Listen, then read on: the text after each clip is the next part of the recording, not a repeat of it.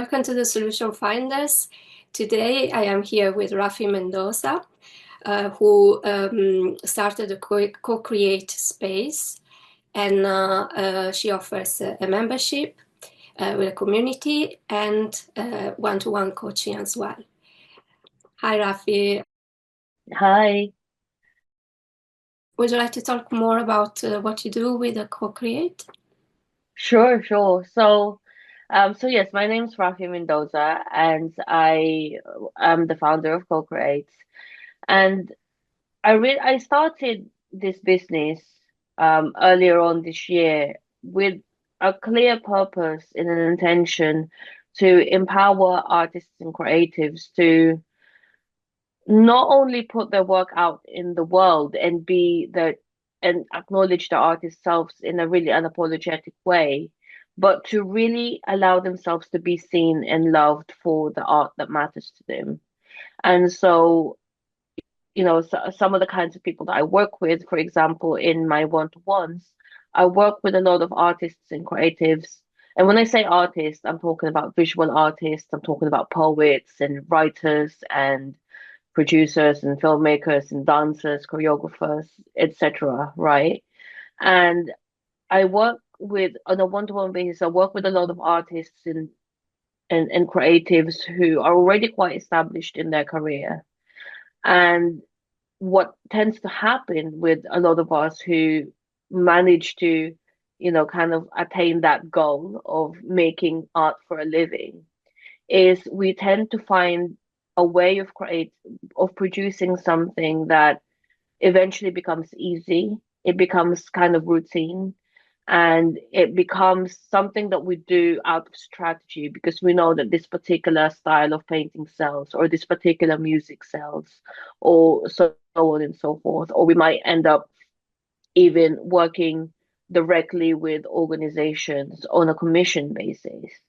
And that's obviously fine and great. And it's one of the best strategies you can have to make a living as an artist because you're providing value directly to either an organization or a person on that commission basis.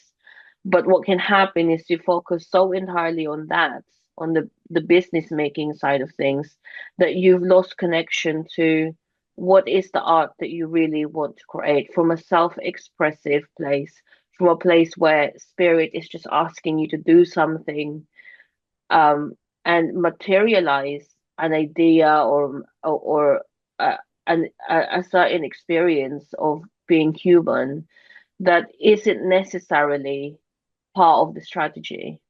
And we all have that calling. So one of the people that I worked with, he's a producer, and he's done many internationally known documentaries and reality TV shows, and like it pays big bucks, and it is creative, of course. But meanwhile, for the last 5 years, he's had this manuscript for a limited series, which is a beautiful, really compelling story that he wants to show and give give to the world. But it's been hiding because his focus is on these things that are coming to him that pay really well. And somewhere along the process there's a resistance to showing the work that really matters because of fear of rejection, a risk of his being seen in a way that's very different to what's made him successful. And all of that goes on, and it's not like it's bad or it's wrong, but somewhere there's a cost to us as an artist when we're essentially neglecting the true art that we want to create or that wants to be created through us, and we just focus on what's already streamlined and easy, and you essentially become some kind of production factory of whatever it is that you're making, which is not what you signed up for as an artist. So one-to-one, I work with a lot of these clients. And at the same time, I also wanted to create something that's very accessible. And I also want to work with artists who may have, a daytime job that has nothing to do with their creative passion. And the main struggle that they have is actually creating time and space to engage with their art, whether that's painting or poetry or music or whatever. And so it's really just about carving time and carving space and bringing art more into their life and prioritizing an amount of time, of dedicated time and energy to their creativity. And so for those people, I created the Co-Create Space membership. And we launched that about a month ago now. And we have the first founding members. I think there's 12 of them, and we have co-create sessions. We have a group coaching session that happens in the membership twice a month that I lead and facilitate. And we have people in there who are looking at transitioning out of their kind of day job, more corporate work, into creating an art business. And we also have people in there who have no interest in monetizing their creativity at all. They just want to make sure that they keep dedicating and prioritizing time in their very busy and very demanding life for this, because when they're not creating, when they're not making time for that, there's an experience of being unwhole or incomplete in some way, because there's a big part of themselves that they're just neglecting. And so yeah, so that's what the membership is for. And um yeah, be, so far so good. Okay, Yeah. excellent. And you were talking like we met at the Rebellious Business Network Facebook group, and we were doing this video challenge and um, showing videos, talking in different videos for 30 days. And a couple of videos that spoke to me that you made were about burnout and rest. Mm, mm, And and you were talking about burnout and alignment. Would you like to talk about mm. this? Sure. So I've had two clear experiences of burnout, one in 2019 and one in 2023. So it's actually quite recent. And both times when I say burnout, I mean extreme chronic fatigue, where, I would fall asleep at like 3 or 4 in the afternoon, and I wouldn't be able to get up again until like 8 or 9 a.m. the following morning. And if I went to the supermarket, I would have to like, sit in the parking lot and have a nap before I could drive home. Like, and it was such a deep level of fatigue that, the first time I kind of just, took it as like, oh, okay, I need to recover from this. And so I did all the things that you would do. Like I did some acupuncture. I, was taking time off work. I was doing all of the strategies that you can read about online. And to a degree it worked, but I didn't really learn my lesson like in a deep way until the second burnout. And one of the things that, well, in a minute, I'm going to talk about the 7 types of rest, which is a framework that I use with a lot of my clients, because health and well-being is a big conversation that we have in our community, not just because of my personal experience, but because, it's very difficult to have a conversation about creativity and producing and self-expressing a piece of spirit through the material world in the form of art when you're burnt out and you're having to, kind of go to bed at 3 p.m. Never mind making time and space for it in your life, but you just don't have the energy.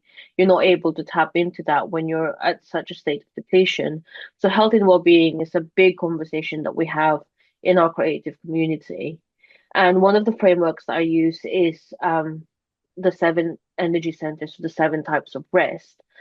But actually, there's a step even before that, which I'll talk about in a minute, and that's about alignment, like you alluded to. And what I realized the second time that I was burning out is I'd been running my branding design agency, which is what I did before I started Co-Create, for about a decade. And I have nothing but gratitude for that period of time, and have nothing but gratitude for the opportunity to create and run that business and meet the clients that I did and learn the skills that I've learned, and all of which have been are a prerequisite for me to even conceive of Co-Create. And during that time, I was also doing a lot of other training, particularly in transformational coaching. And I was also studying other forms of energy work, not least because of the earlier burnout that I had experienced. And what I realized was I was evolving and growing. And the job that I was doing, even though it was my own business, was no longer aligned with who I was becoming. And so it's not like there was anything wrong with that job. And actually it was enjoyable. And it became easy, actually. It no longer felt as like an art form, which I think business is an art form, and particularly brand and design, right? And it no longer felt like that. It just felt like a job. And it was easy and it was enjoyable. But why the hell am I burning out? So I actually probably wasn't even working that many hours in the grand scheme of things. And and so when I look into it, it's like, oh, like this just isn't what I'm supposed to be doing anymore. And so the amount of energy that I was expending in the business is, the usual amount that you'd expend in the business, which is quite a lot. But I wasn't getting the correlate return, in terms of fulfillment, in terms of joy, and in terms of feeling a satisfaction of doing something meaningful. And I didn't feel like I was engaging my creativity in the way that I wanted to. I felt like I was mentally overexerted, but emotionally not that engaged with what I was doing. And so all of these things just kind of culminated into a certain experience. And it was an experience that I probably started feeling um back in like 2020 or 2021, which is actually when I first conceived of the co-create idea. And and I ignored it for all that time because it was easy. It was a business that already established. I had a client base. And and it was I could do it with my eyes closed.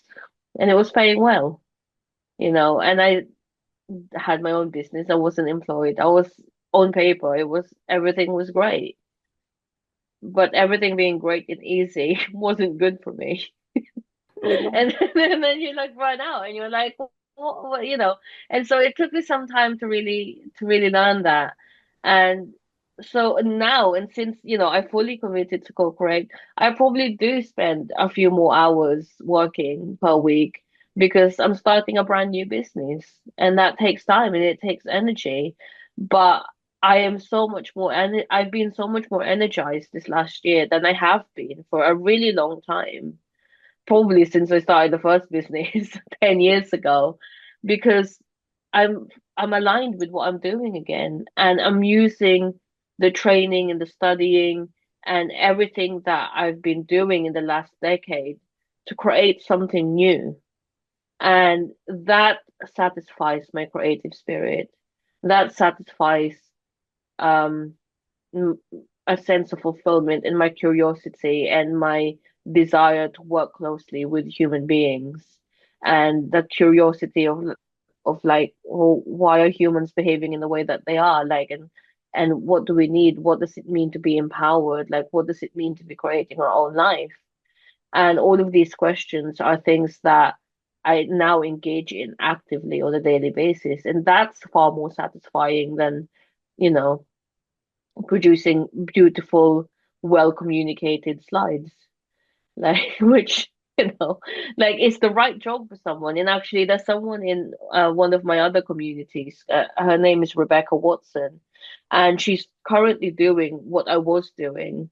Apart from she's a million times happier doing it than I ever was because it was the right path for her. Yeah, you know. So it's not like there's anything wrong with that world. It's like it's, you know, it was great, but it just wasn't for me anymore. yeah. And that reminds me, but it looks like um, you kind of followed the breadcrumbs you did, Mm, you studied this and that, and you did this job and that job, and you did your business, and it kind of came all together in the end, saying, okay, actually, if I take this bit and that bit and that bit, I put them together, it can be something like that is my creation, and that is yeah, uh, it's energizing for me. absolutely. It like it literally feels like everything I've ever done in my life has led me to this point and has led me to this business. And I couldn't have started this any earlier. And if I'd waited to start any later, like I would have driven myself insane.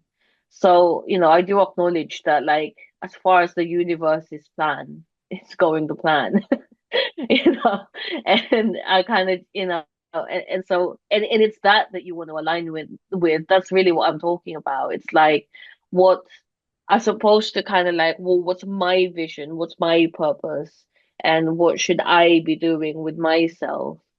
In that kind of like way about when we're just thinking about what we like, what we don't like, etc.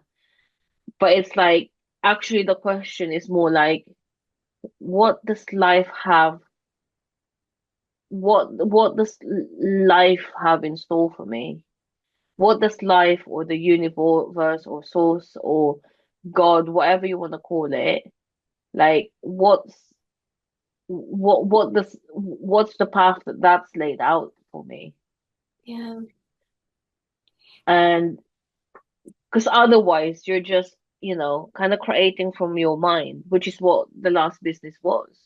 You know, on paper, it ticked all the boxes. Apart from it ticked none of the boxes. Do you know what I mean? yes. Yeah, yeah, Yeah, yeah, it's and I something I was reflecting on, that actually what happened for me is that I realized when I seen a child deciding, like making a choice, they are very, very fast. It's like yeah. if you give them a choice between two things, they say that one straight away. And when I noticed that in children near me, I was like, wait a minute, I'm not like this at all. If they give me this a choice, I have like a blank, and then I'm like, give me a minute, and then I go on to write it down. Okay, so, number one, these are the good thing, these are the bad. Okay, number two, these are the good. So I I learned in my life to go completely analytical, but Mm, actually, and I lost my intuition. yeah. And so my last few years were really to go back to my intuitions, go back to my, like, open my heart. I was super closed, and yeah, it was a journey. And I personally, I was working in corporate, and I was feeling like uh, that I was enjoying only like the breaks, you know. Mm, And mm, I was really um, and that's the thing, that's these are signs as well when you have less energy, when maybe you have some kind of disease. um, these are signs that you are not in the right direction, that you have to um, and another thing for me was that some jobs that I enjoyed, I wasn't super satisfied with the creativity. For example, mm, being an animator on a series, it was just like kind of the last bit. So I had already the character was designed by someone else, and everything was ready. I had to move it. That's it. mm. So it was interesting, was nice. There was a little bit of creativity, but I was like, yeah, I would like to do my own characters, and would like to write my own stories. Mm. So there is that thing, that looking for what you really want to create. Yeah, absolutely. And you know, One thing I didn't mention is I'm also an artist. I'm a visual artist. I paint. Currently I'm doing things with watercolors, but painting and creating in general. And I think a bit like you, although I wasn't working in corporate, you know, I was creating brand identity designs and also asset deliverables for clients.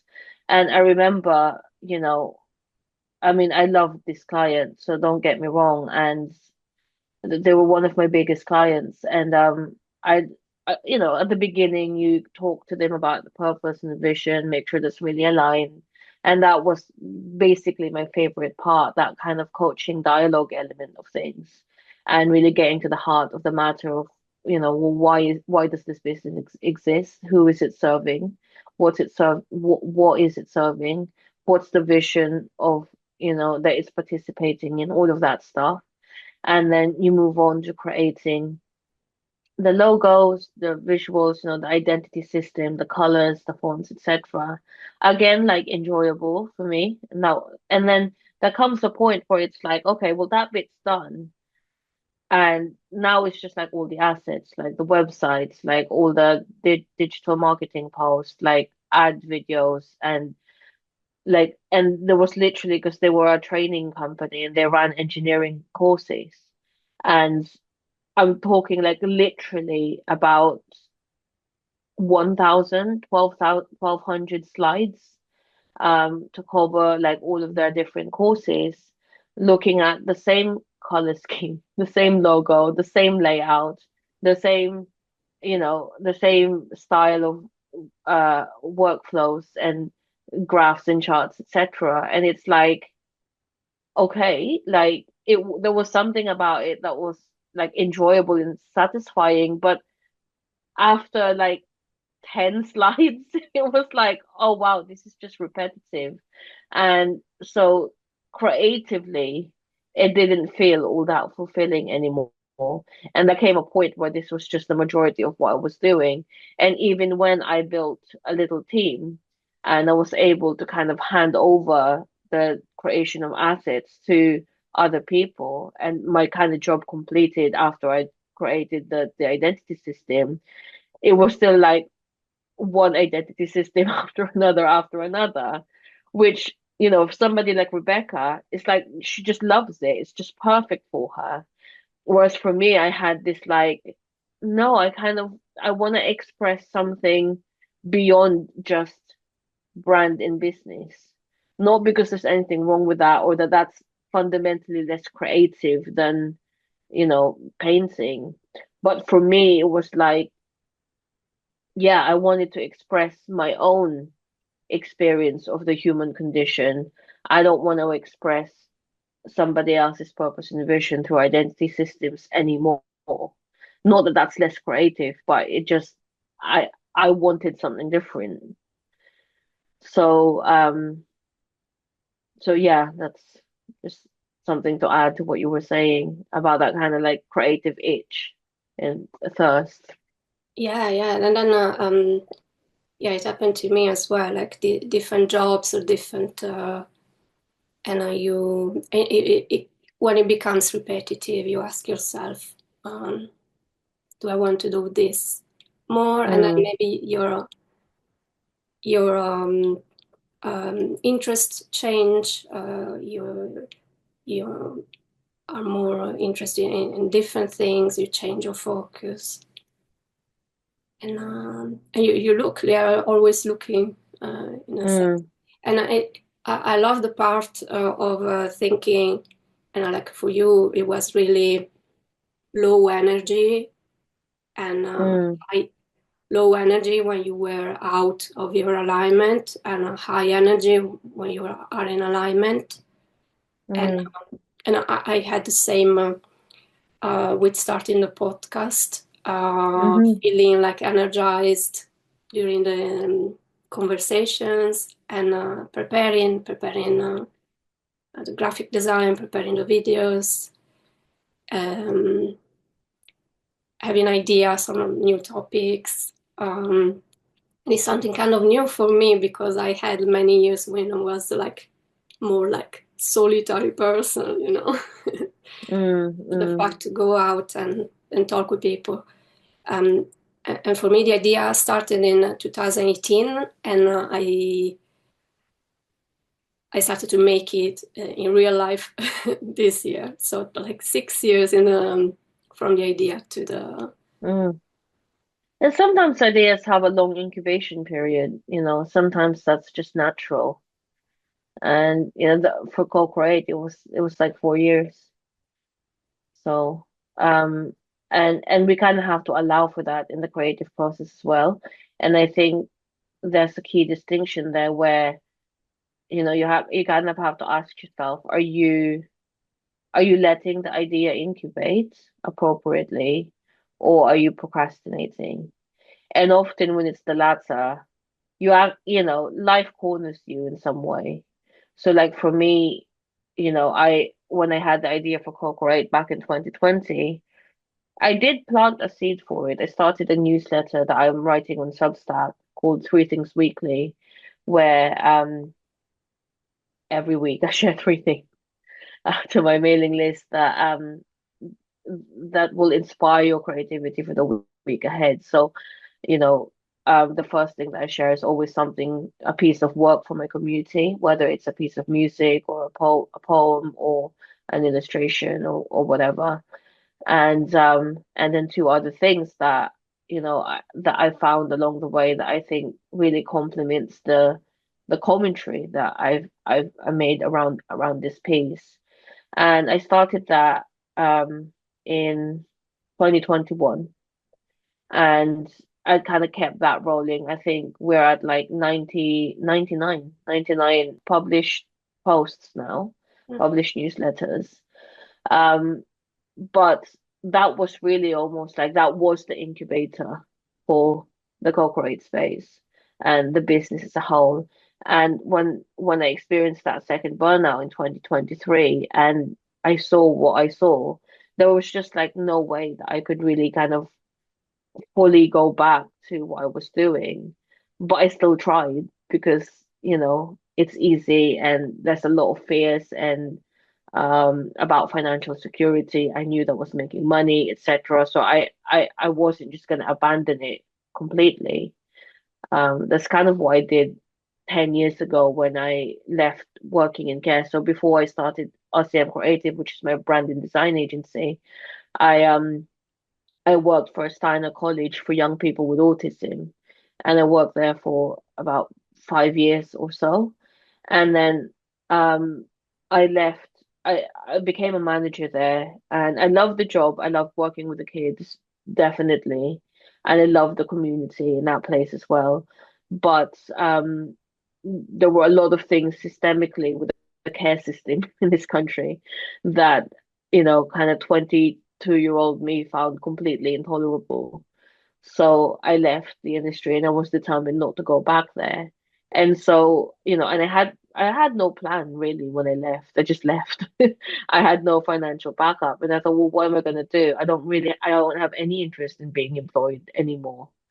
Um, so very quickly I created RCM Creative. And when I look back, if I were honest, what I really wanted to do was be an artist. But at the time, I'd had the message in my mind that, that's not a good way to make money. Yeah. It's not true. But at the time that reality that we have been fed was just like, yeah, like, and I need to make money like tomorrow. And there was a reality to that. So I was like, okay, well, if it's not art, then I'll go into design. And I wanted to design, and then that became brand, and so on and so forth. And so this time round, even when I felt misaligned with that business, 10 years later, I wasn't just gonna kind of drop it and create something else like overnight because that was hard the first time. But um, so the burnout happened November 2023. Earlier this year, so January, February 2024, one of our biggest clients in the brand and design agency said, They were basically graduating from us and they were ready to start their own in-house team. And so I had a few more months of contract time with these guys where, we were handing over to the new team, we were training them, we were like showing them how all of the back end of everything was set up. And then eventually that completed. And I thought, and that was about 70% of our income, which is like 100% of my personal income. So I was like, oh, okay, so that's dead. Yeah. That's gone. Yeah. And I thought, okay, I could just, and I tried for about 2 or 3 weeks. I tried to go out and replace that income through the design work. And I just thought that was the moment I was like, I can't be bothered. I don't want to. I don't want a new client. I don't. And like, that's why I'm not getting one. Because I'm going out there trying to look for some, trying to acquire something that I don't want. And so I was like, okay, well, it's time. It's time to focus and co-create. Like that's the incubation period over. And as much as it would be a good story to say that I made that decision, I didn't. Like life cornered me, Yeah. and then you can't when you're feeling that kind of cornering, there's nothing to do but to surrender and to say, okay, like I'm gonna let go of all of my plans, which means letting go of all of my fears and just listening, like what's next? And the answer that came was like, get on with co-create. You've been thinking about it for 4 bloody years. And so I did. And along the way, without it, not on purpose, I kind of came across the right people. I came across the right business mentors. I came across the right communities without, you know, without kind of planning everything to a T. Like there's some strategy, of course, but it was primarily like an intention. Like, I'm not going to do that anymore, therefore I'm doing this. Now what? Yeah. Someone help me. And then they came. Yeah, that's the alignment.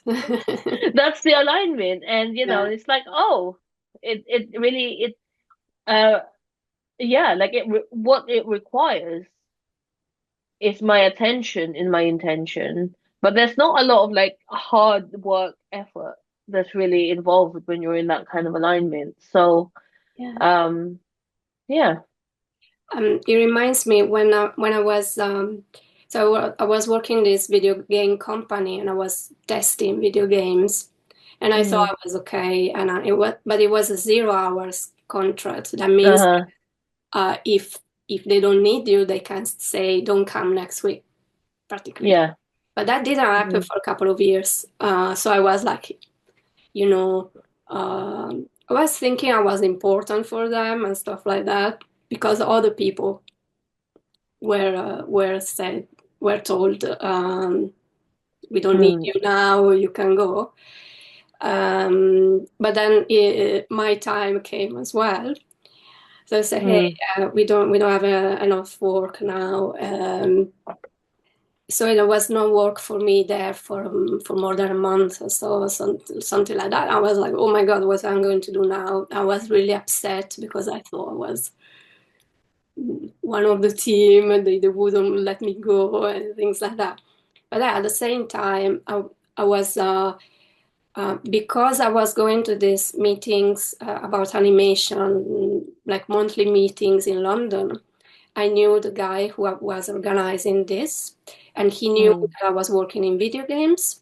So he had a job in a college as an animation teacher, and they were looking for someone to teach video games in the college. So he just called me and said, "Hey, would you be interested?" And I said, "But yeah." And so practically I started teaching in college about video games, and I learned lots. I got to choose the books. I got to choose lots of things. So I was really learning and teaching.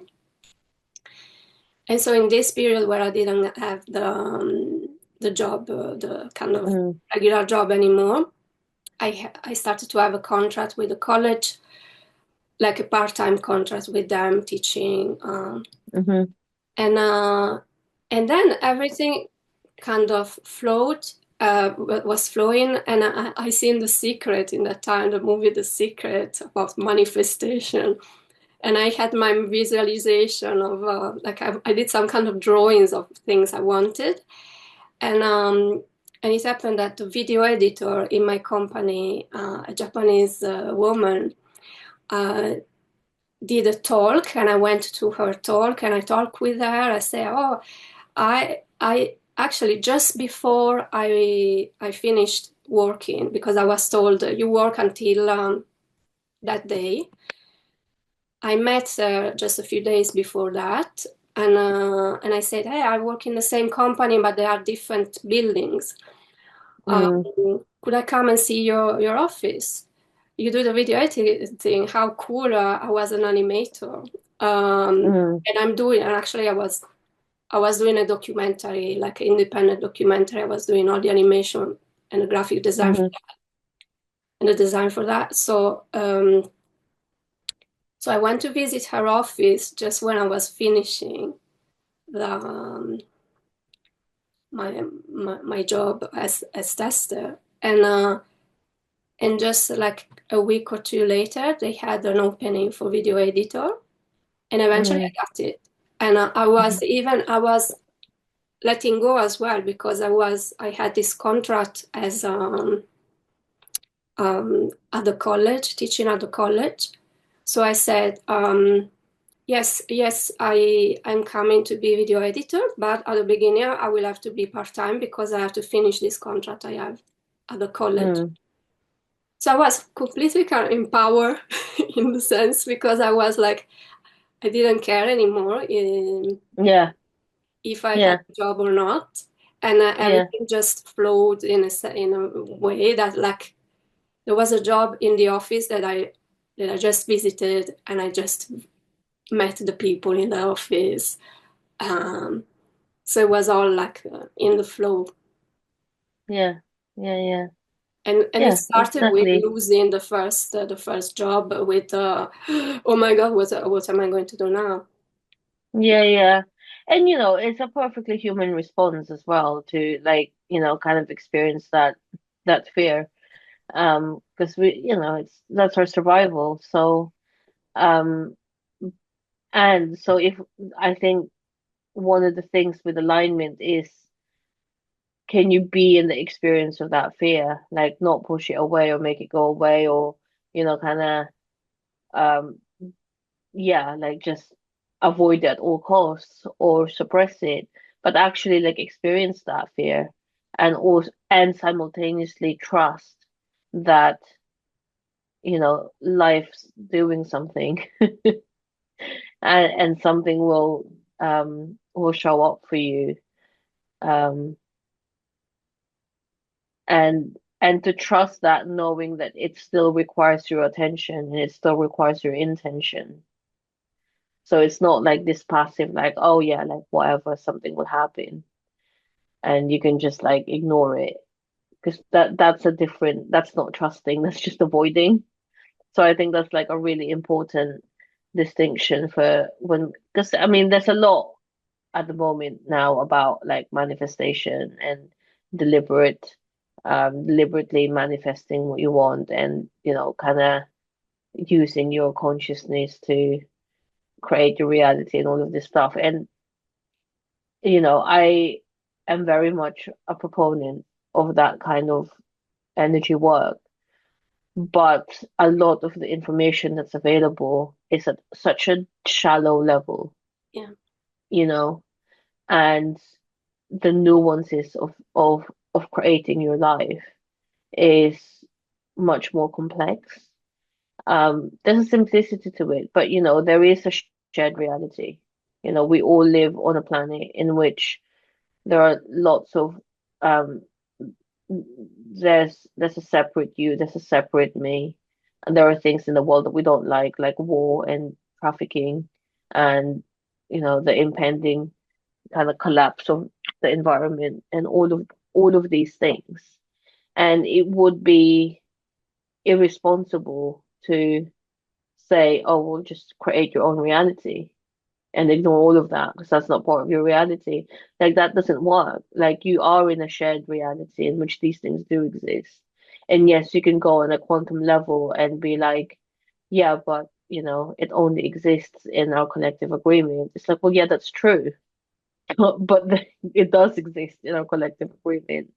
And like, and to change that, like the shift needs to happen at a critical mass. And so when you're looking at your own individual life, you have to exist simultaneously in that shared reality and have a different vantage point. That's where that's where you tap into this alignment. That's where you tap into the ability and the power to create and intend your life differently. But that's a very nuanced approach to what you find on, the 50,000 manifestation ads that you see on Instagram. Yeah, yeah, no, and some of them, for me personally, what I I realized is regarding of the external experience, I'm not Mm, focusing on the things I cannot change around me. mm, For example, mm, not watching the news anymore. mm, Yeah, something comes maybe from looking at Instagram or something like that. But actually, Instagram, YouTube, all those platforms, if you watch only uplifting stuff, actually your feed becomes all uplifting. yeah, Facebook yeah, as yeah. well.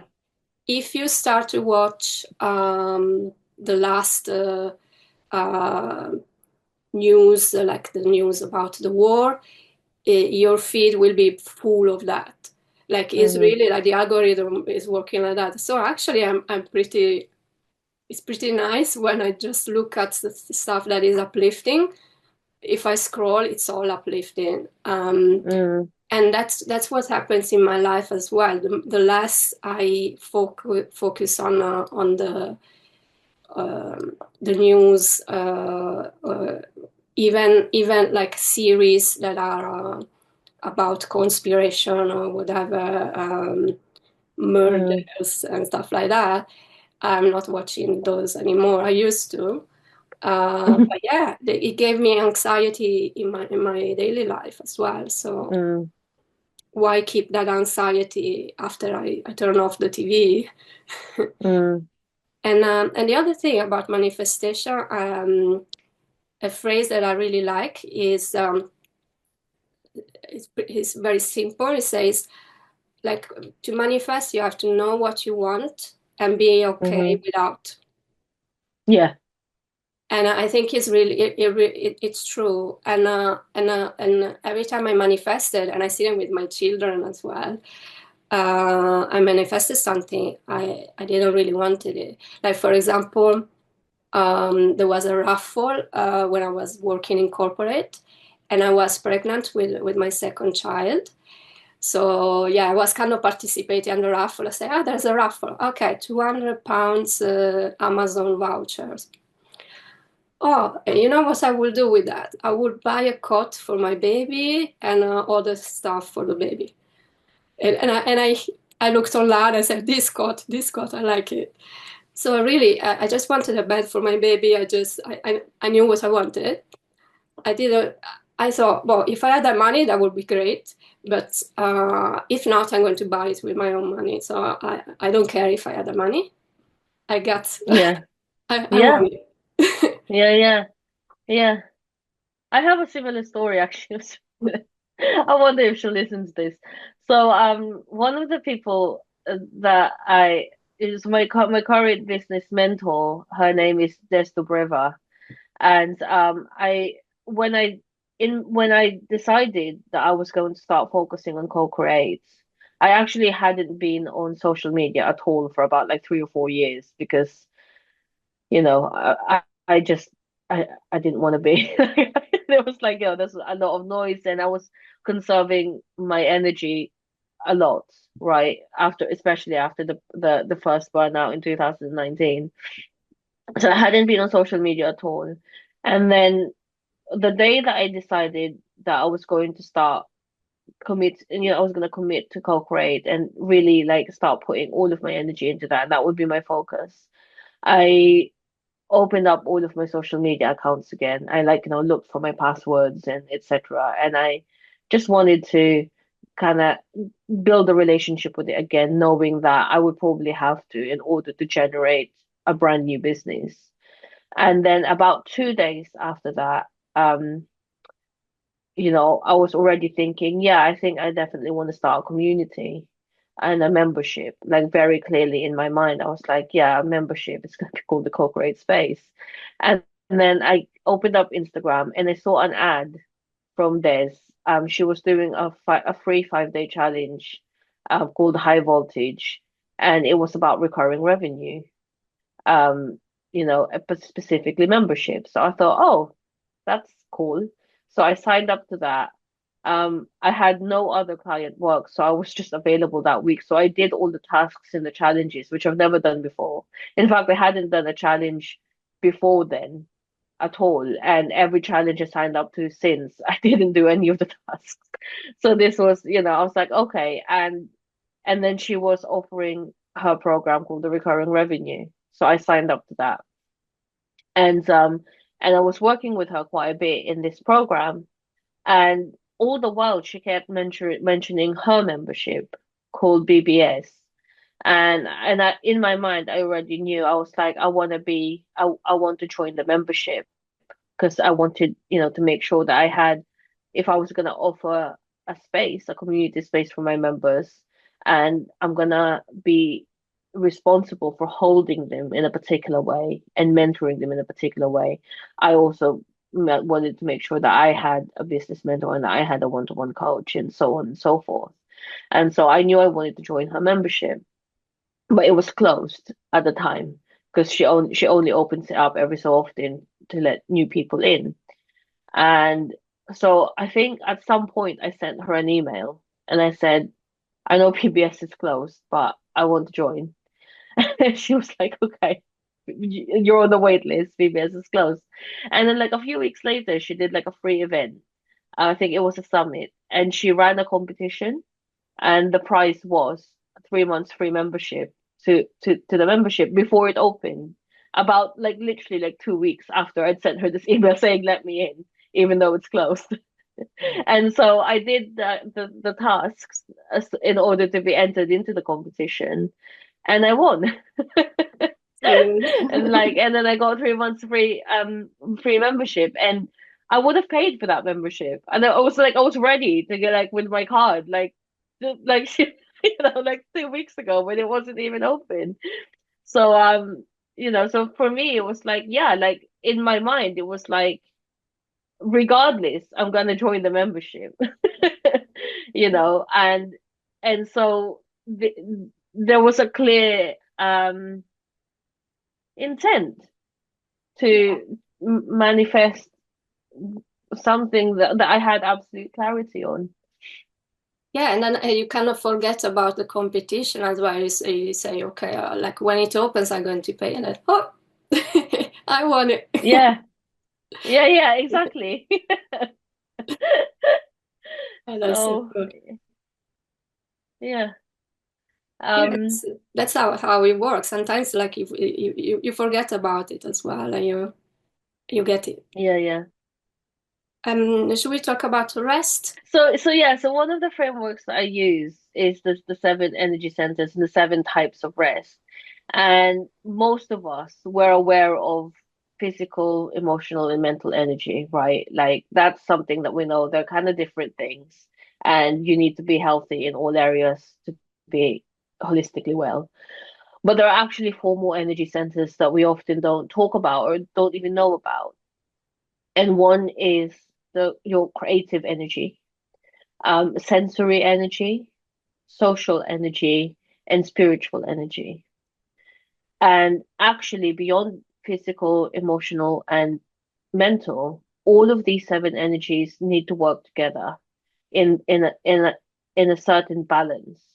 And what's balanced for you is was going to look different to what's balanced for me, right? Because we're all slightly different, and so there is a requirement for us to develop a certain self-awareness, not just of what's going on in our minds and the thoughts and the emotions and our tendencies and our behaviors, but literally like the different energy centers that we have. And I'm not trained in the yogic tradition, but I do link this with the seven chakras because I think it's a really nice way of mapping these energy centers in the body because that's what they are. They're energy centers. I don't know how else to describe them. Yeah. And the best way to attune to energy, I find, is through the body because these physical sensations and emotional responses contain so much information about energy that the mind simply cannot comprehend or even perceive. And so when I talk about the way that I've linked them is the root chakra, which is at the bottom of the spine, is our physical energy. It gives us our grounding and our foundation and our connection to the earth. It's like our home base, right? And it also represents security. So things about, when we talk about fear, we generally talk about like, the existential fear of dying. And so that kind of that comfort in that security is held in that physical energy space as well. And then working up the sacral energy, so creative energy center. In women, that's the womb area. That's literally like the area that gives birth and Yeah. creates new life. And for men as well, it's the same area. In Japan, they call that part of the lower abdomen the hara, Okay. and it operates in men in the same way that it does to women. It's just there's just no physical organ there for men in the same way. And then you have the solar plexus chakra, which is mental energy. You have the heart center chakra, that's emotional energy. You have the throat chakra, which is social, which is all about communication and decision making and our ability to self-express verbally. It's that kind of mercurial metal element that allows us to bring this discernment and form to things. And then we have the forehead. I can't remember what chakra that's called now. Anyway, on the forehead, um, third eye, third eye chakra. That's our intuition, that kind of inner wisdom, or access to our higher self. And that's sensory. So when I say sensory in the literal way, I'm talking about getting on the station or getting inside the tube on at rush hour and then feeling violently sick because they're overstimulated sensorily, Yeah. or like having a nice bath and having a more pleasant sensory experience, or even like listening to music and so on and so forth. And the crown chakra is our spiritual connection, that's the spiritual energy. And I like to see all of these things as like levers because in each area you need a balance of activation, exertion, and rest in order for your energy centers to be balanced and aligned and flowing. And so in the context of creativity, yes, we talk about the creative energy center, but actually it's about the alignment of all of these things. And you know, so just to take an example, for a lot of people, kind of modern human life, we all, I believe, struggle with mental overexertion. That's just the kind of the era that we're in, coming out of the Industrial Revolution, where we were in the age of information and knowledge, and we're coming out of that, but that's where we've been. Most of us are knowledge workers in some way, whether you're in a traditionally creative field like design or animation or whatever, or you're working in a more analytical space. You're managing knowledge at any given point most of the time, even when you're working in trade, right? Like by trade, I mean like, like electrician, worksman, plumbing, etc. That's less so, but in most domains, we're working with knowledge. A lot of us are mentally overexerted. And so to take, for example, at the end of a long day, particularly when I was in my old business, when I'd spent however many hours going through, 64 million slides with all the same branding. I wasn't creatively satisfied, but I was mentally overexerted. And one of the things that I would do habitually is complete the day and then pull up on the sofa and like just scroll on wherever. This was one of the reasons I deleted my social media accounts because I was just like just scrolling, and it's like the objective was to rot my brain because I was so tired. I just needed it to stop. And you get to a certain point of tiredness mentally where you just won't turn off. So that was my way of kind of like trying to turn it off. And actually, there's probably some benefit to it for about 20 minutes or so. But when it's been like 2 hours, and whether that's scrolling or Netflix, etc., that's like eh, we're kind of that's a response that's based on overexertion equals I need to stop that particular activity completely, i.e., brain rot. But actually, what would have been a better response, which is intuitive for most of us or instinctive, we know this. We could go and stand outside with a cup of tea for 10 minutes. That will give us, sensory stimulus that we haven't had all day, like fresh air on our skin and breathing in fresh air, looking at a distance further than the distance of your screen, Mhm. having a hot drink to, and that's all sensory experiences that activates the sensory center that therefore gives you rest in another place, like your mental energy. Another thing that maybe would work is a hot shower, which again gives you that sensory space. And, and based on that same example, actually, later on that evening, rather than binging on Netflix so that I don't have to think, the best thing for me to do is probably to do some painting. Because although on paper I was doing something creative, so I was working visually with, layouts and stuff, I did still feel creatively starved. And so that would have actually been much more beneficial than anything else I might have done. And so it's always just like this balance of like activating and resting. And some places end up being stagnant. Like in that same scenario, physical energy probably was quite stagnant most of the day. So a walk in nature gives both sensory activation as well as physical activation.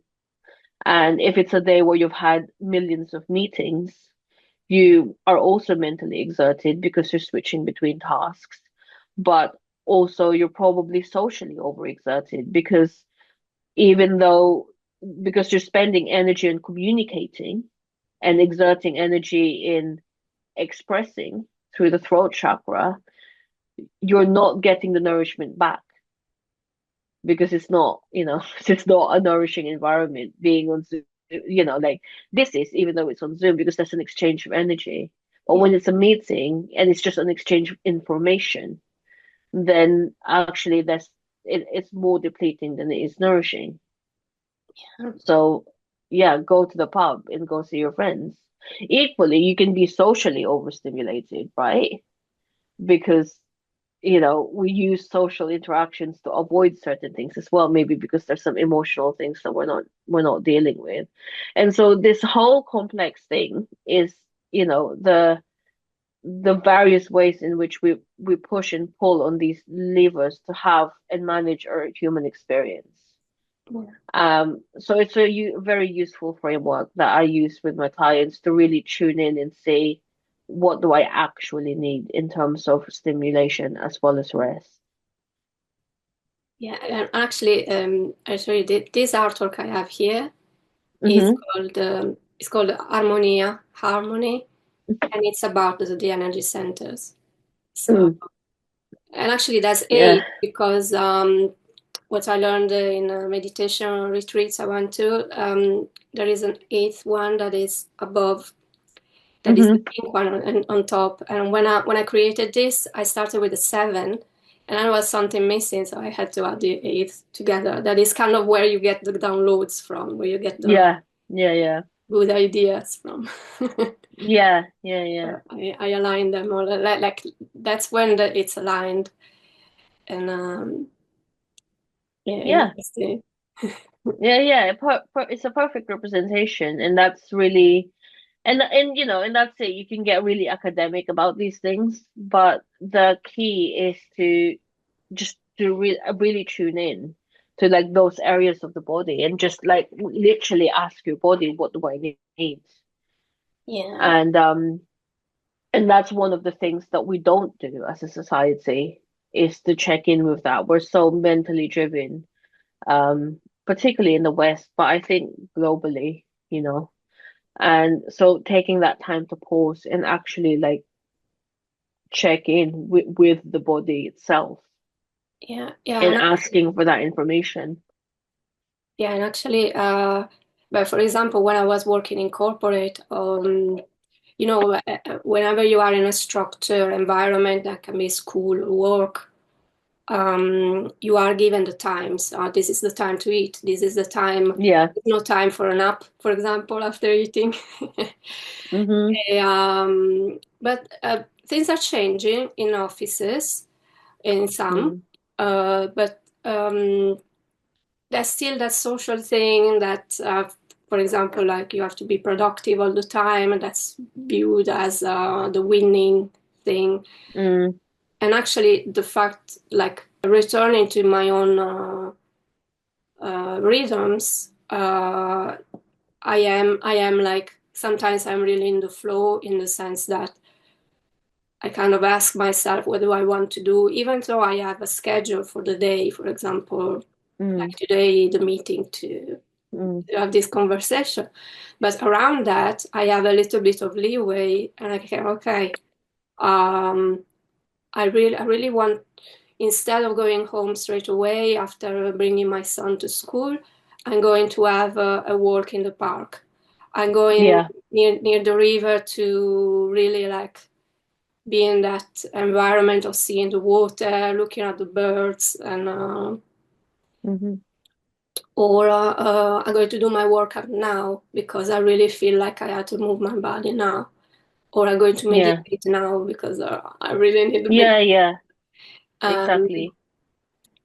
so really, and a nap as well. Having a nap that something. Absolutely. Absolutely. And that's the thing, with um what we conceive of as productivity and what we conceive of as creativity as well, because I have a very broad definition of creativity, which is creating something out of nothing through our consciousness. So that could be the things that I talk about when I talk about art, like poetry, and those self-expressive modalities. But being a business owner, when your business is something you're truly aligned with, that's a form of art as well. And but I think we generally equate creativity, particularly in a corporate setting, as just a glorified form of productivity. It's just like thinking outside the box so that you can solve a problem. And yes, that is a form of divergent thinking, and it's part of creativity. And that's one way to apply creativity, but it's missing that spiritual connection. Because I do believe creativity is the ultimate spirituality. Might be a bit biased, but that connection to earth, connection to body, in order to express something that's really like something out of nothing. Whereas when we're just looking at it within the confines of like a creative solution to a linear problem, then it becomes very limited. And I think in the corporate culture, that's what creativity has been reduced to. It's just a glorified form of productivity. And so when we talk about rest in the corporate setting, we're often talking about, okay, how can we incorporate rest so that we can be more productive? Which is, it's not the worst thing in the world, because at least we're now acknowledging that in order to be productive, you have to be well, but it's still a very limited view of wellness, because actually, true productivity has not almost has very little to do with the KPIs that corporate sets itself. In that particular structure, true productivity is, you know, at least I can speak to this from the perspective of an artist. As artists, we want to produce, we want to be prolific with what we're creating, whether that's music or pieces of art or whatever. And what and we want to be prolific because that's the thing that gives us joy. That's the alignment that we're kind of coming back to from the earlier part of the conversation. And and what is it that you're aligning to? You're aligning to a purpose and a vision for what you want your life to be in the service of. So, and so when productivity is contained within a certain measures within a corporate setting, then you're really not tapping into the fullness and the wholeness and the potential of human being at all. And that's how you get misalignment, and that's how you get people who are just generally dissatisfied with how they're living their lives. And I don't mean that in a judgmental way at all. Like that is just one of the things that we have to work through as human beings, finding out what is it that that we're here for. And it's certainly not to work 9 to 5, unless that's something that you really love, in which case, you probably had to go through a journey to find that too, right? And so yes, rest is important, but we always and being well is important, but we always still have to ask ourselves, like, but what for? And that's one of the things that, particularly the first time I went through my burnout, I was doing all of these things. I was changing the way that I eat, kind of taking on more gentle, passive forms of body work, getting treatments, etc., etc. And I'm like, yeah, okay, like the whole point is to take care of my health and well-being, but why? Like, what do I want to be well for? Like, what am I doing? Like, why? Why be well? You know? And and that's a question that I initially was asking because I was this feeling of resignation, like depression, really.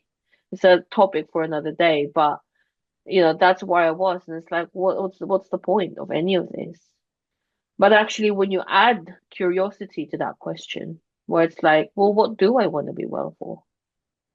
Like, if I'm putting in all this energy and effort to take care of myself and to have a longer life and a weller life, what am I gonna do with that freaking life? You Yeah, know? reminds me kind of my journey. Like I started to wake up when I had my children. So really Mm. question, okay, would I like them to play the video games I'm working on? No. Um, and then I was really into nutrition, went vegan for a year and back. Hmm. And yeah, it was kind of like taking care of the outside without taking care of the inside. And when I started Mm. to take care of the inside, I started really to, because sometimes when there is still that stress, there's anxiety all the time, but you are doing the right diet, it doesn't work because Mm. it's the anxiety you have to work on. Hmm. And and I remember when I left my corporate job, I straight away my body was like, and I didn't feel well. So Mm. there as well, I looked for remedies outside, and it was like Chinese medicine at the time Hmm. that worked on the symptoms, but then I had to look more, and I found it's okay to change the subconscious beliefs, and I found that like I had all Hmm. these limiting subconscious beliefs, and then I have lots of stress, so help with stress. And then I really realized that I had to go deeper, and I started meditation, and Mm. I found out trauma from when I was small, and like it's an ongoing thing for a few years. Like the more I dig, the more I find. But Yeah. the good thing is that Yeah. it clears, and then the life becomes better. Like I could release some weight this year that I thought was like the right way of doing it, because when I was vegan, I did it, but it didn't feel good at all. Hmm. So this time looks like it's a kind of sustainable thing. Yeah. But really, and it all comes up to start to love myself, to love ourselves, and be gentle with Hmm. ourselves, because I think all the programming and all the life gives it Mm. this internal voice that is very, very critical. Hmm. And like to progress, you have to get rid of it. Hmm.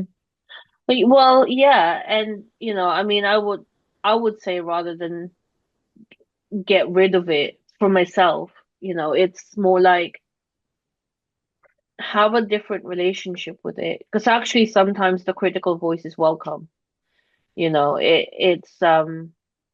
It's communicating something to us of our fears. It's communicating something to us at some level that we need to know. But it's about not having that voice be in the driving seat. So it can be a member of the council, it can be a member of the committee and have its voice heard. But like it's not the only voice that's in you Yeah, that's that's in this conglomerate of voices in your head that guides you to what you need to be doing, right? And so it's a little bit more of a holistic approach. And like with these things, I think that's also part of certainly one of the things that I speak to a lot of my clients about. There's an acceptance that this is part of the journey forever. This digging deeper and this self-exploration, it doesn't end. Like there's no end point. Like whatever level, talking about video games, whatever level you get to, there's always like the next one, and there are new challenges, right? And everything that you learned from the previous level is essential for you to move up. But that doesn't mean that's the end of the game, right? It's the end of the game when you die. But even then, like, I don't know what's on the other side. The- you know, yeah, and so it's just this continual process. And I think as well, one of the things that people get surprised by or kind of blindsided by is the more that you dig deep, sometimes it doesn't feel better for a while or at all. Sometimes it's like, oh, now that I've cleared all this crap, now that I'm braver and more willing to take risks and go for what I want, I'm just feeling all of my experiences more intensely. Like now that I've, kind of dealt with the limiting beliefs, like I'm going into the world with this like open heart, and Jesus, the world is chaos. And I'm I'm overstimulated sensorily all the time. Like, what do I do with this? And I was having this conversation with one of my one-to-one clients just yesterday. He's preparing for a gig. It's happening this Friday and it's gonna be the launch event for a lot of new songs that's gonna be turned into an album. And he's not just kind of taking care of the creative direction of the band as the lead singer and the owner of the project. He's also having to kind of like manage the logistics of things. So he's more than capable, but he's got a big task on his hands. And we were speaking yesterday, and we were having a conversation. I thought, oh, there's just something that I'm not grasping. So I was like, what are you really feeling? And the response was, well, like, I feel fear, I feel anger, I feel sadness, and I feel joy all at once at 10,000% like intensity. Like, I don't know what to do with it. And I was like, okay, like, I get that, but is it a problem? Or is this actually what you signed up for as a creative?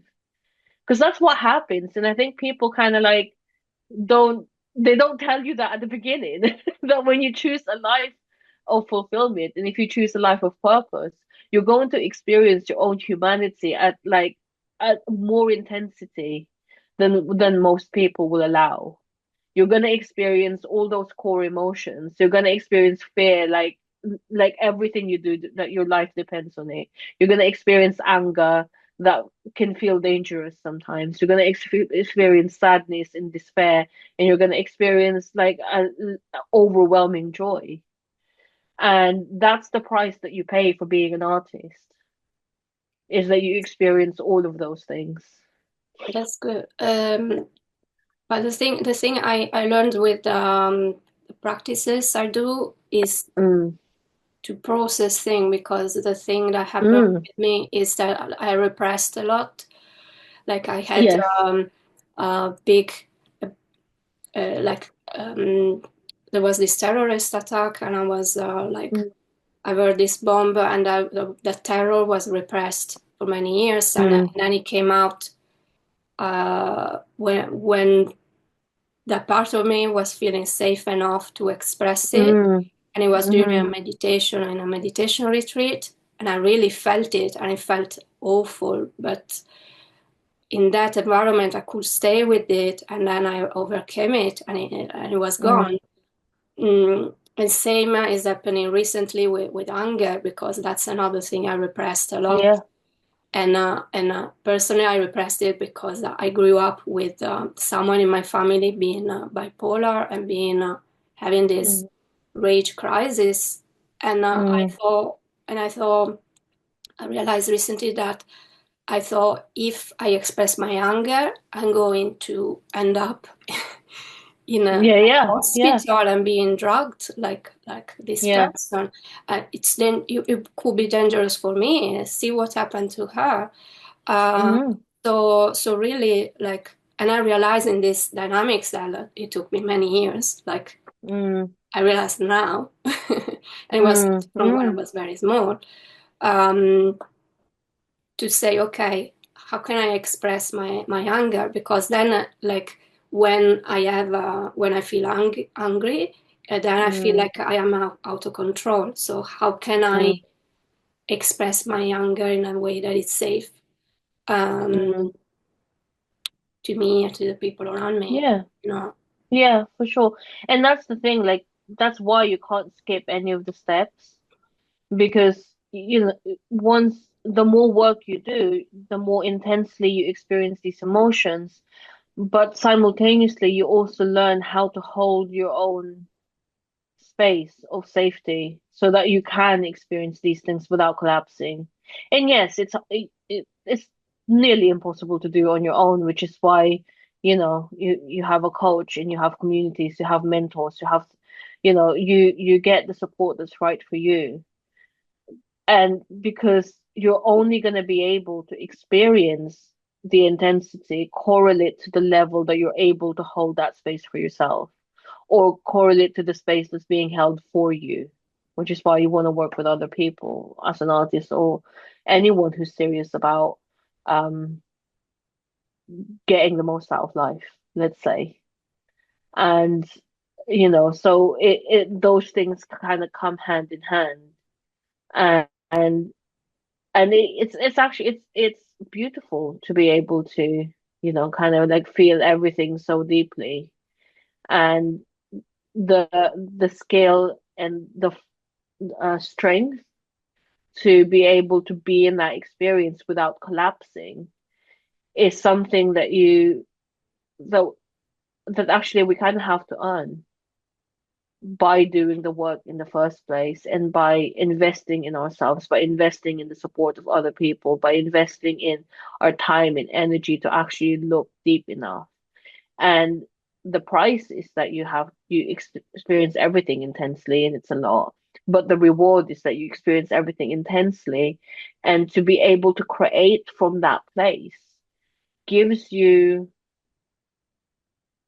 gives you the ability to make well to make art that connects not just you but people who see it and experience it. It allows you to create art and music and poetry that moves people, that has them feel connected to something that's so deep in them that they wouldn't have been able to access without you creating that piece. You don't know who needs to see your work, and you know it connects people to that spirit, it connects people to humanity, it connects people to each other and to themselves. And that's what you can do by feeling all these things so intensely. So it's both the price and the reward for being brave enough to look at what's possible.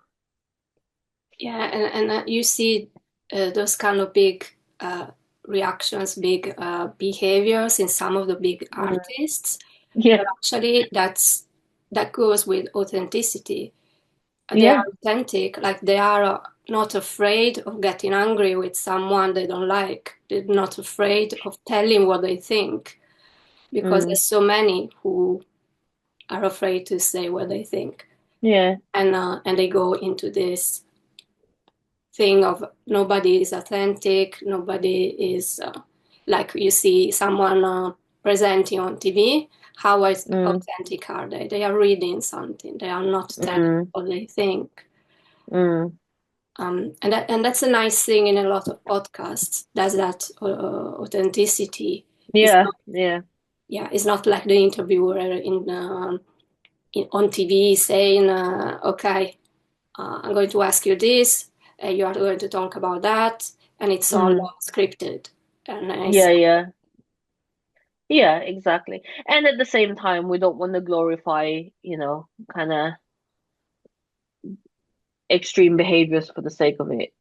That's the other thing as well, because I think like there are these like I think unhelpful tropes about artists. Like, you have like the lonely writer, which is not necessary and actually unproductive to be alone.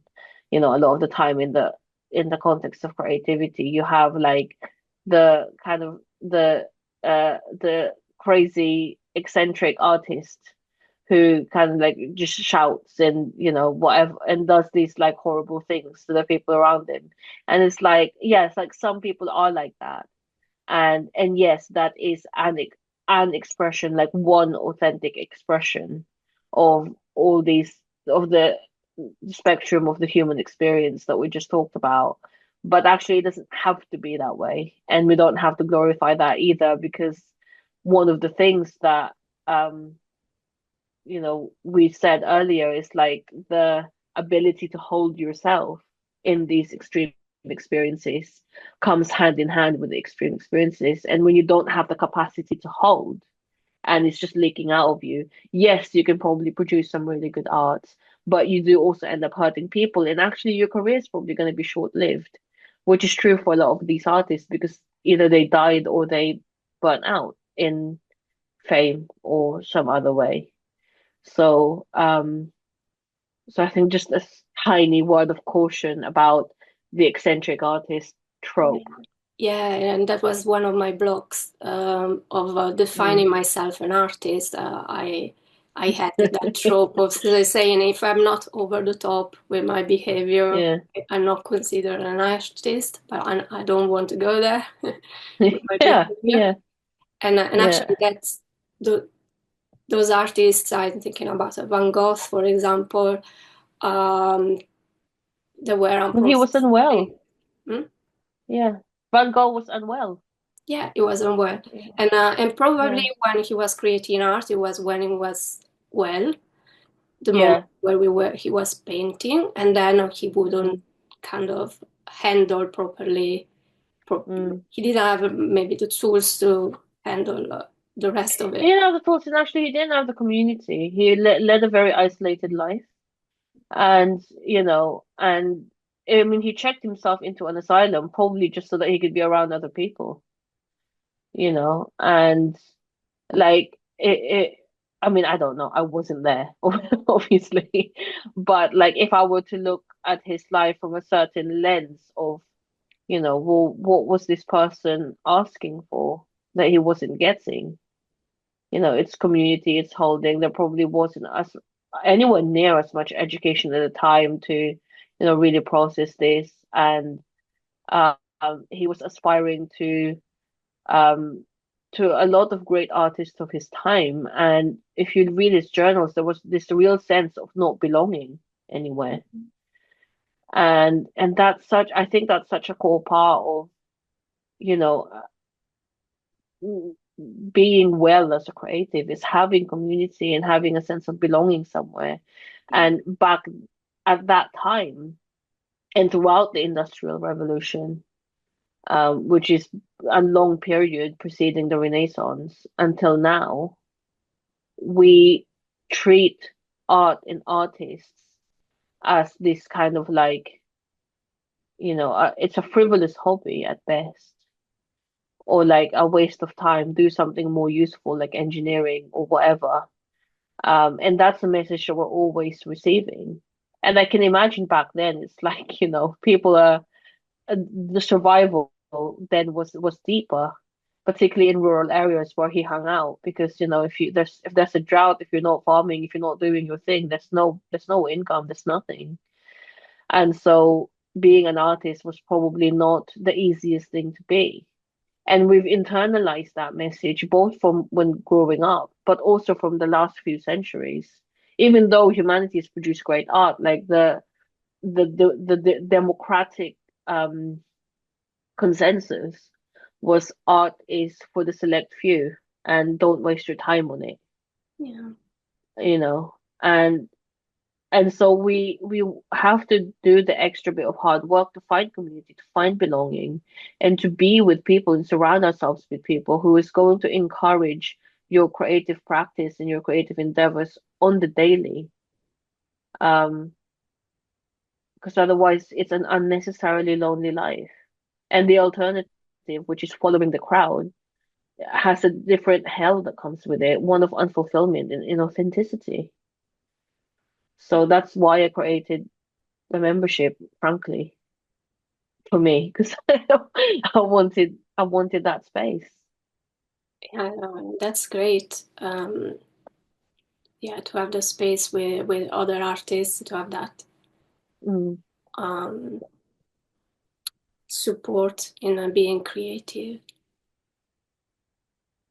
Yeah, yeah, it could be lonely, like mm, it was for different artists. And another mm, artist that comes to mind that is really like one of my favorite is Keith Haring. Keith mm-hmm, Haring. And actually, I think that for me it is a very positive um, figure because actually he was doing his art no matter what. He was doing some kind of he was painting in the drawing in the metro, and actually he would go to prison because he was drawing where he was not supposed to. So police would bring him to prison quite often at the beginning, but it looks like he was like kind of carefree and he would continue. And then he just blown up. He was super famous, and but he continued to do. He did work with children, like collaborative mm, work with children, and he did decorate children hospitals, and he did he did projects for children and with children. And then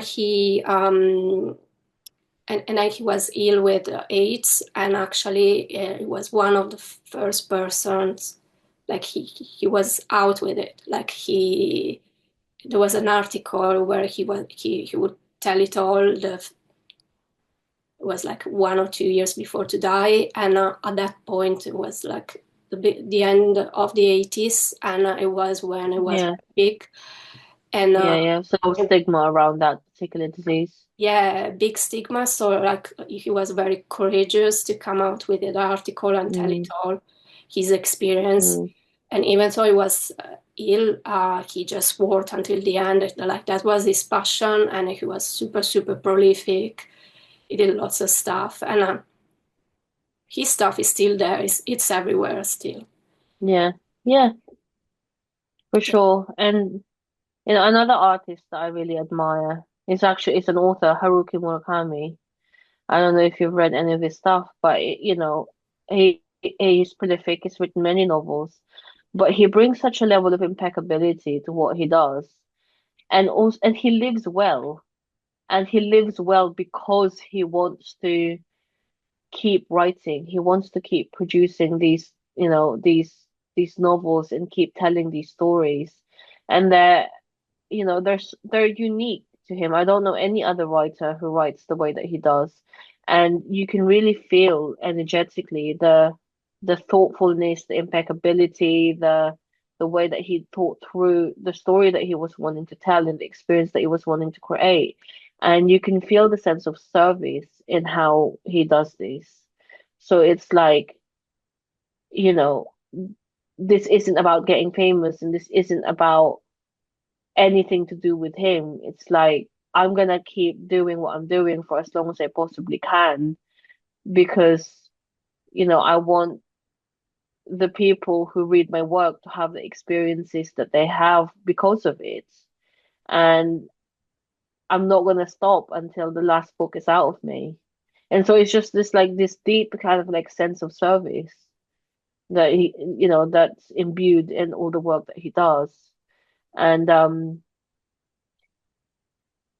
like that because it goes against this whole our stereotype of artists being kind of self-centered and narcissistic and kind of these like extreme behaviors and lonely and like not living very well and having depression and mental illnesses. It's like, okay, it's like there are that there's a truth to that and there are reasons why, but that's not the only way to be an artist, because being an artist is also about service and serving the people who need to experience the connection that you provide with the work that you do. Yeah. Yeah, the things I like about art now, like I think that some of the very famous art is still a little bit disconnected. Like it's something that I Mm, don't really like to go and watch because it looks like the painful part of the life of these people. It looks like a little bit, and I'm like, I don't really want to look at that. mm, But another thing that I really love is, for example, at Tate Contemporary, they have this big space in the middle, and they are doing experiences for the children based mm, on artists. And they did something like machines that were doing like a smoke rings, and it was all based on an artist. And then they did one with Yayoi Kusama, where they had a white room and you could stick um, dots, colorful dots everywhere you wanted, and that's like one of her performances. mm, And I do love Yayoi Kusama's work because it's very mm, colorful as well. And actually, she's still she's 95, I think, and she has some mental condition, and she lives in a mental health facility. And then every day she goes to her studio and she works. She decided to have that life, and she's 95 and producing like that's her life. And it's really mm. about love, what she does. I really love that. Yeah. But yeah, I think for me, like the art, I really like it's the one that shows the joy, that it's uplifting mainly. Sometimes other types of art as well that makes you think and things like that. But I do love Mm. playful and joyful one. Yeah, exactly. That's like, there's a whole spectrum of human experiences, and that's really what makes art subjective. Not, because people, of course, art is subjective, but we often think about that in the way like, oh, some people like different styles. And that's true, but I think it's more about different people need to connect with different parts of their humanity. And so for some people, playfulness is something that, is what's healing to them. For some people, looking at, the painful parts of people of the artist's life, that's what resonates with them because they're also having to look at that part of their life. For some people, it's, like for me, like I resonate so much with Murakami because being of service is an important thing for me. And, and um so it's all these, rather than thinking about like, oh, I like certain styles, it's more like, again, going back to the seven types of rest, it's like, well, what part of my humanity wants me to look at it more deeply and connect with it more deeply? And that's often the kind of art that we were drawn to, I find. Yeah. Would you like to tell us how we can find you and what you? Yes. Yeah, yeah. Okay, so connect with me uh, at on Facebook or Instagram. I'm sure you'll get the links, etc. And like really just like connect with me. My DMs are always open. And so if anything that I've said in this call like has resonated with you and you wanna have a chat about the things that I offer and how we might be able to work together, then the best place to find me is on Facebook and Instagram. And I also briefly mentioned that I run a free newsletter on Substack, which you can subscribe to as well. It's less active at the moment because I'm focusing on some of my paid offers right now, but that will revamp soon, and that's a free offering that I have. You can be part of that community.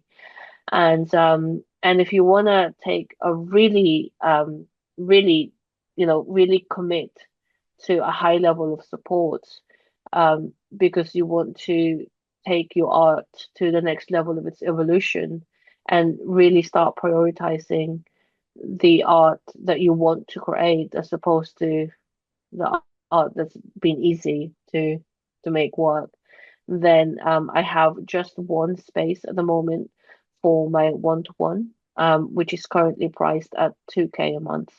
You get access to me basically whenever. So you can schedule a call however many times that you need to in a month. Usually once a week is what people want. And you also have Telegram access to me all the time. And I tend to respond to everything within the day. If you want to leave me voice notes, etc. So that's my highest level of support that I offer. And if you're not ready to make that kind of commitment yet, but you want to invest in something, then I have a membership which is currently closed. But if you want to sign up to that on the back of this conversation, just send me a DM, and that's priced at 870 a year or £87 a month. Okay, thank you very much. And yeah, thank you for the conversation. It was wonderful. Thank you as well. I loved having that conversation and connecting with you as well, and really kind of going into depth with all of these very important topics for not just artists and creatives, but just humans, which is, what ultimately this is all about. Yes, thank you so much. Thank you. Thank you for watching or listening to the Solution Finders. Please like, subscribe, and share so we can inform and inspire more people. If you would like to donate to the podcast, the link is in the description below. All donations go towards paying for software, video editing, and production work. Please visit unamarz.com, unamarz.com, for one-to-one sessions with me to reprogram your subconscious mind, for my original origami art and printed products like t-shirts and stationery, for more info about this podcast. If you've made it till this point, please add your favorite emoji in the comments. Have a wonderful day.